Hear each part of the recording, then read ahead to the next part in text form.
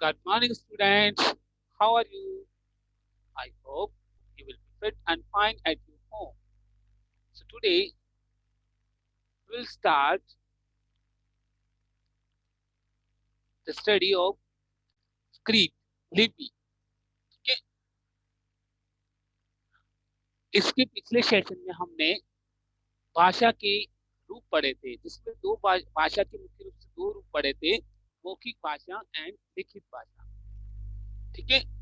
और हमने देखा क्या था कि जो बोलकर अपने भावों की अभिव्यक्ति देता है उसे मौखिक भाषा कहते हैं, और लिखित भाषा में लिखकर अपने मन के विचार, अपने मन के भावों को अभिव्यक्त किया जाता है. ठीक है. अब देखेंगे हम भाषा के अन्य रूप, यानी भाषा के अन्य रूप कौन से हैं. यानी मौखिक भाषा और लिखित भाषा के अलावा हमने एक भाषा का और रूप देखा था, जिसमें पढ़ा था हमने सांकेतिक भाषा. और सांकेतिक भाषा का जो क्षेत्र है वो बहुत ही सीमित है ना. इसलिए इसका जो यूज है वो व्याकरण में इसका स्थान कोई सुनिश्चित नहीं है. सड़क, वायु, जल तथा यातायात में सांकेतिक भाषा का प्रयोग सामान्य रूप से किया जाता है. इसके अतिरिक्त जो मूक और बधिर लोग होते हैं, गूंगे, बहरे, ऐसे लोग होते हैं, ऐसे बच्चे होते हैं जिनको पढ़ाने के लिए सांकेतिक भाषा का यूज करते हैं. ब्रेल लिपि में करते हैं ना, ऐसे. ठीक है. अब हम पढ़ेंगे, देखो, भाषा के अन्य रूप. ठीक है.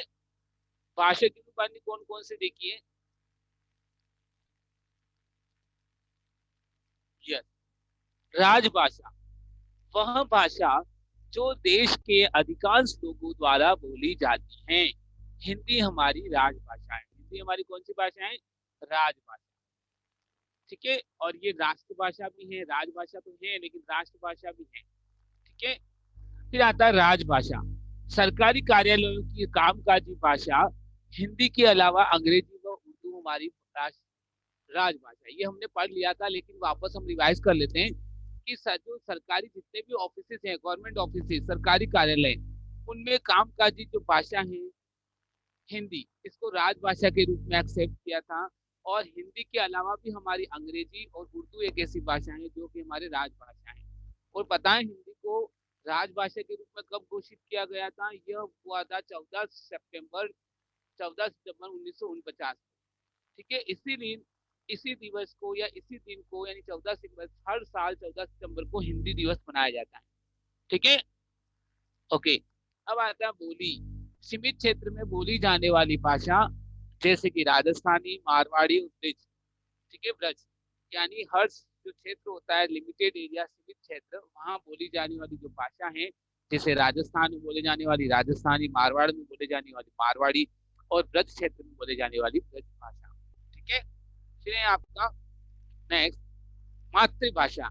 ये बालक जो अपने घर पे सीखता है, अपनी माँ द्वारा, अपने परिवार में सीखी गई भाषा क्या कहलाती है? मातृभाषा. ठीक है. मातृभूमि की भाषा होती है मातृभाषा. देखिए यहाँ जानने योग्य तथ्य में 14 सितंबर 1949 को हिंदी को भारत की राजभाषा घोषित किया गया, और इसी दिन को हिंदी दिवस के रूप में मनाया जाता है. अभी बताया था ना आपको कि हिंदी भाषा को राजभाषा के रूप में 14 सितंबर 1949 को हिंदी को राजभाषा घोषित किया गया, और इसी दिन को हिंदी दिवस के रूप में हर साल मनाया जाता है. फिर आता है भारतीय संविधान के अनुच्छेद 343 यानी 343 के अंतर्गत हिंदी को राजभाषा के रूप में मान्यता मिली है. ठीक है. कौन से संविधान अनुच्छेद के अंतर्गत? 343 के अंतर्गत. और 10 जनवरी को विश्व हिंदी दिवस मनाया जाता है. ध्यान रखना, 14 सितंबर को तो भारत में हिंदी दिवस मनाया जाता है, और 10 जनवरी को पूरा विश्व हिंदी दिवस मनाया जाता है. ठीक है. फिर आता है हिंदी विश्व की दूसरी सर्वाधिक बोली जाने वाली भाषा है. आपको पता होगा बेटा, सबसे ज्यादा जो भाषा बोली जाती है वो होती है अंग्रेजी, और उसके बाद जो भाषा बोली जाती है वो है हिंदी. तो हिंदी हमारे दूसरे नंबर पर सर्वाधिक बोली जाने वाली भाषा है. ठीक है. अब आता है स्क्रिप्ट, जिसे कहते हैं लिपि. लिखने की शैली, लिखने की कला, लिखने की क्रिया, लिखने की विधि, वो होती है स्क्रिप्ट. हर भाषा की अपनी लिपि होती है, हर भाषा को लिखने की अपनी शैली होती है, वो कहलाती है लिपि. देखिए ये पांडुलिपि है, आप देख रहे हैं, ये शिलालेख है, पत्थरों पर आदि पर लिखे गए शिलालेख. लिपि का शाब्दिक अर्थ है लिखावट या लिखने की विधि, लिखने की क्रिया, लिखने की शैली. ध्वनियों को लिखने के लिए जिन चिन्हों का प्रयोग किया जाता है वही लिपि कहलाती है। यानी जिन ध्वनियों को लिखने के लिए जिन चिन्हों का हम यूज करेंगे वो क्या कहलाएगा? लिपि। किसी भी भाषा की अनेक लिपियों में, यानी किसी भी भाषा को अनेक लिपियों में लिखा जा सकता है, चाहे कोई भी भाषा हो। ठीक है। ध्वनियों के लिखित या चिन्हित रूप को ही क्या कहते हैं? लिपि कहते हैं। Got it? Okay. Next we move to the next page. अब हम नेक्स्ट पेज पे चलेंगे। देखिए बेटा, ये सबकी जो भाषा ले रखी है और भाषा की सबकी लिपि ले रखी है कि जैसे हर भाषा, हिंदी की कौन सी भाषा लिपि है, ऐसे भारत में कौन सी भाषा बोली जाती है? हिंदी। और हिंदी की भाषा कौन सी है? देखो, प्रत्येक भाषा की अपनी एक लिपि होती है। हर लैंग्वेज की अपनी एक स्क्रिप्ट होती है। और भाषा की कुछ महत्वपूर्ण भाषाओं की लिपियां नीचे दे रखी है। भारत की कुछ कुछ भाषाएं हैं, जैसे देखो हिंदी। हिंदी को किस लिपि में लिखा जाता है? देवनागरी। आपसे पूछा जाए, गौरव व्हाट यू डूइंग बेटा? यस। यानी आपसे पूछा जाए भारत की भाषा कौन सी है, तो हिंदी। और हिंदी को कौन सी लिपि में लिखा जाता है? तो देवनागरी। ध्यान रखना, हिंदी भाषा को कौन सी लिपि में लिखा जाता है? देवनागरी। संस्कृत को भी देवनागरी। अंग्रेजी, देखो ये अंग्रेजी दिख रही है आपको, ये कौन सी लिपि में लिखी जाती है? रोमन। कौन सी लिपि में? रोमन। फिर आता है पंजाबी। पंजाबी देखो आप, ये लैंग्वेज, और पंजाबी को लिखने की जो लिपि है उसका नाम है गुरुमुखी। कौन सी लिपि है? गुरुमुखी। क्लियर?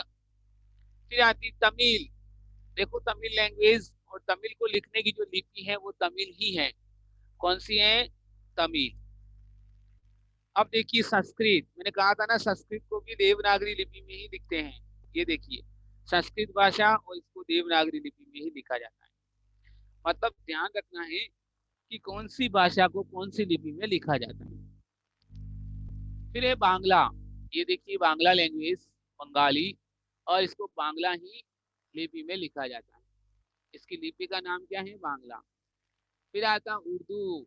देखिए उर्दू, उर्दू को फारसी में लिखा जाता है। उर्दू को लिखने की शैली, लिपि कौन सी है? फारसी। ठीक है, कौन सी है? फारसी। और फिर आती है तेलुगु। कौन सी? तेलुगु। और इसको लिखने के लिए जो लिपि है वो है ब्राह्मी। ठीक है, ब्राह्मी। क्लियर?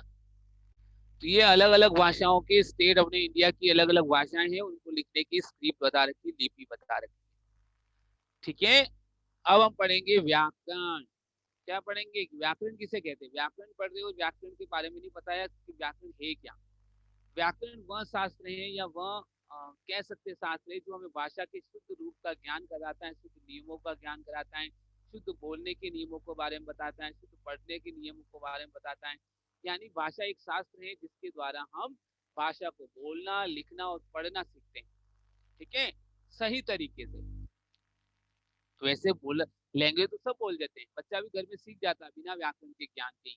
लेकिन व्याकरण के द्वारा हम सही बोलना, सही लिखना और सही पढ़ना सीखते हैं। Clear? So let's see the definition of grammar. ये देखिए, व्याकरण वह शास्त्र है जो भाषा के शुद्ध रूप को बोलने, लिखने एवं पढ़ने का बोध कराता है। तो क्लियर हो गया होगा। यानी व्याकरण एक ऐसा शास्त्र है जिसके द्वारा हम किसी भाषा के शुद्ध रूप को बोलना सीखते हैं, लिखना सीखते हैं, उसको पढ़ना समझते हैं। क्लियर? जैसे देखो, बाबूजी हमार गैया घास चल रही चरत रहे। बाबूजी हमार गैया घास चरत रहे। ओ, तुम्हारी गाय घास चर रही है। अब देखिए, यहाँ अलग अलग भाषा है, और इस भाषा भाषा का मतलब इन्होंने इस लैंग्वेज में कहा है ना। और यहाँ ये हिंदी में बता रहा, ओ तुम्हारी गाय घास चर रही है, और ये कह रहा है बाबूजी हमारे गैया घास चरत हैं। ये बिहार और इधर बोलते हैं ना बेटा, पटना और बिहार में, इस तरह से। अब देखिए, यहाँ एक किसान स्थानीय बोली में बात कर रहा है, स्थानीय वहां की जिस क्षेत्र में रहता है वहां की लैंग्वेज, जिसके कई शब्द हिंदी भाषा व्याकरण की दृष्टि से उचित नहीं है, क्योंकि हिंदी भाषा में इसका स्थान नहीं है, सही उचित नहीं है। यहाँ गैया तथा चरत विकसित शब्द हैं, जो क्रमशः गाय और चरने के अपभ्रंश हैं, बिगड़े हुए रूप में। व्याकरण हमें इन्हीं दोषों से मुक्ति दिलाता है। क्या करता है? व्याकरण हमें जो अपभ्रंश शब्द हैं उनको शुद्ध रूप से शुद्ध उच्चारण करना सिखाता है। क्लियर हमें? तो व्याकरण हमें इन दोषों से मुक्ति दिलाता है। शब्द, वाक्य और इत्यादि के अशुद्ध रूप को शुद्ध रूप में परिवर्तन करने का कार्य व्याकरण के द्वारा ही करता है। अगर व्याकरण तरीके से बोलेंगे तो बोला जाएगा, ओ तुम्हारी गाय घास चर रही है, वरना इसने वो स्थानीय लैंग्वेज में बोला कि बाबूजी हमारे गैया घास चरत हैं या घास चरत रहे। तो यहाँ जो गैया और चरत है वो विकसित शब्द है, और ये गाय और चरने वाले शब्द को अपभ्रंश, बिगड़ा हुआ रूप है। ठीक है? तो हमें जो व्याकरण है वो किसी शब्दों का, किसी भाषा के शब्दों का शुद्ध उच्चारण करना, शुद्ध बोलना, शुद्ध लिखना सिखाती है। ठीक है? क्लियर? अब हम देखेंगे व्याकरण के अंग। व्याकरण के कौन कौन से अंग हैं? आपको पता होगा व्याकरण के मुख्य तीन अंग हैं। कितने? तीन। सबसे पहले वर्ण विचार, फिर शब्द विचार, फिर वाक्य विचार। क्या क्या है? वाक्य के कितने अंग हैं? वाक्य के तीन अंग हैं। वर्ण विचार, शब्द विचार और वाक्य विचार। Clear?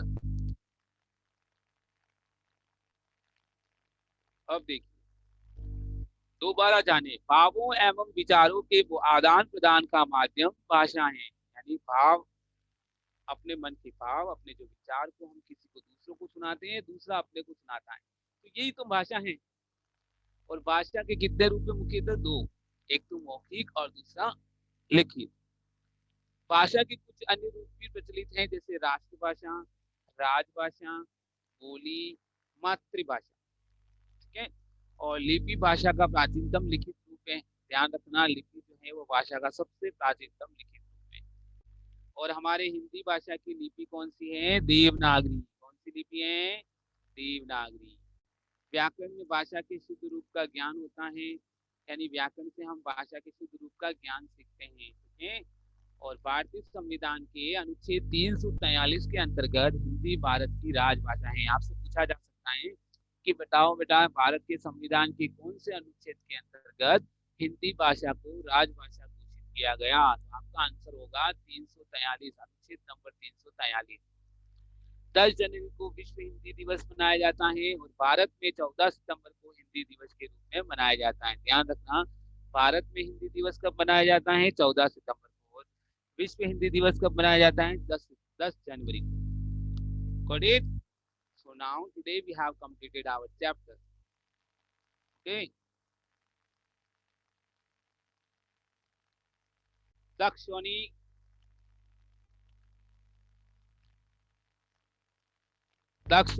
unmute your mic. Dakshwani.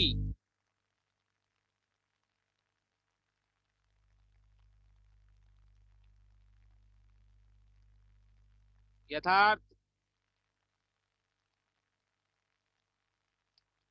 यथार्थ,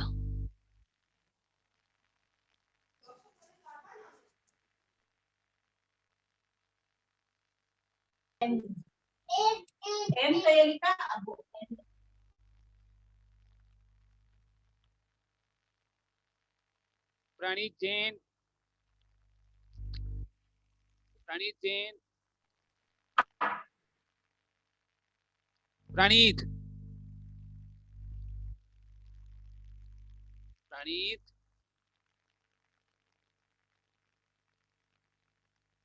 I can't listen your voice, beta. Pranit, unmute your mic. Yes, sir. Now you have to read this chapter, okay? Wait. Yes, read from here. Sir, from भाषा where? के अन्य रूप।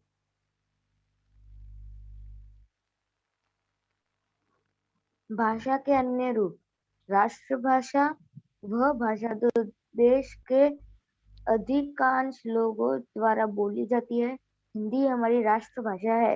राजभाषा सरकारी कार्यालयों में कामकाजी भाषा हिंदी के अलावा अंग्रेजी तथा उर्दू हमारी राजभाषा है। बोली सीमित क्षेत्र में बोली जाने वाली भाषा जैसे राजस्थानी, मारवाड़ी, ब्रज, मातृभाषा। बालक द्वारा अपने घर परिवार में सीखी गई भाषा मातृभूमि की भाषा। शरण। यस।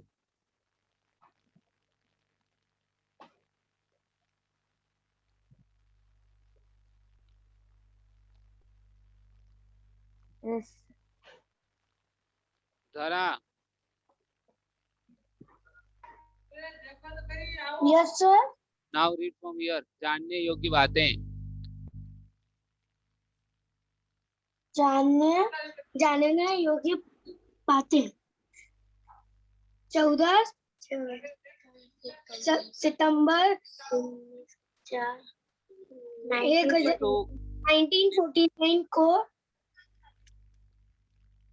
हिंदी को भारत की राजभाषा घोषित किया गया। इस दिन को हिंदी दिवस के रूप में मनाया जाता है।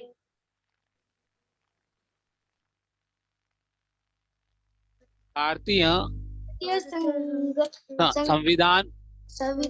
संविधान के अनुच्छेद 343 के अंतर्गत हिंदी को राजभाषा के रूप में मनाया मान्यता प्राप्त है।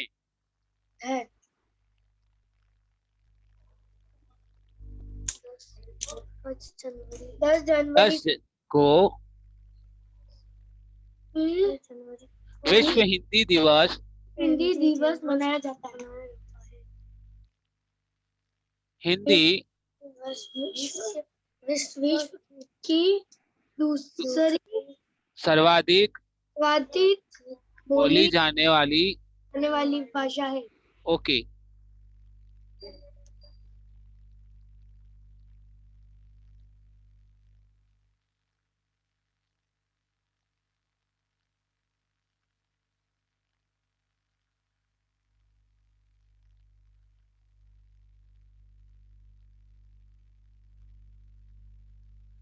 Yes.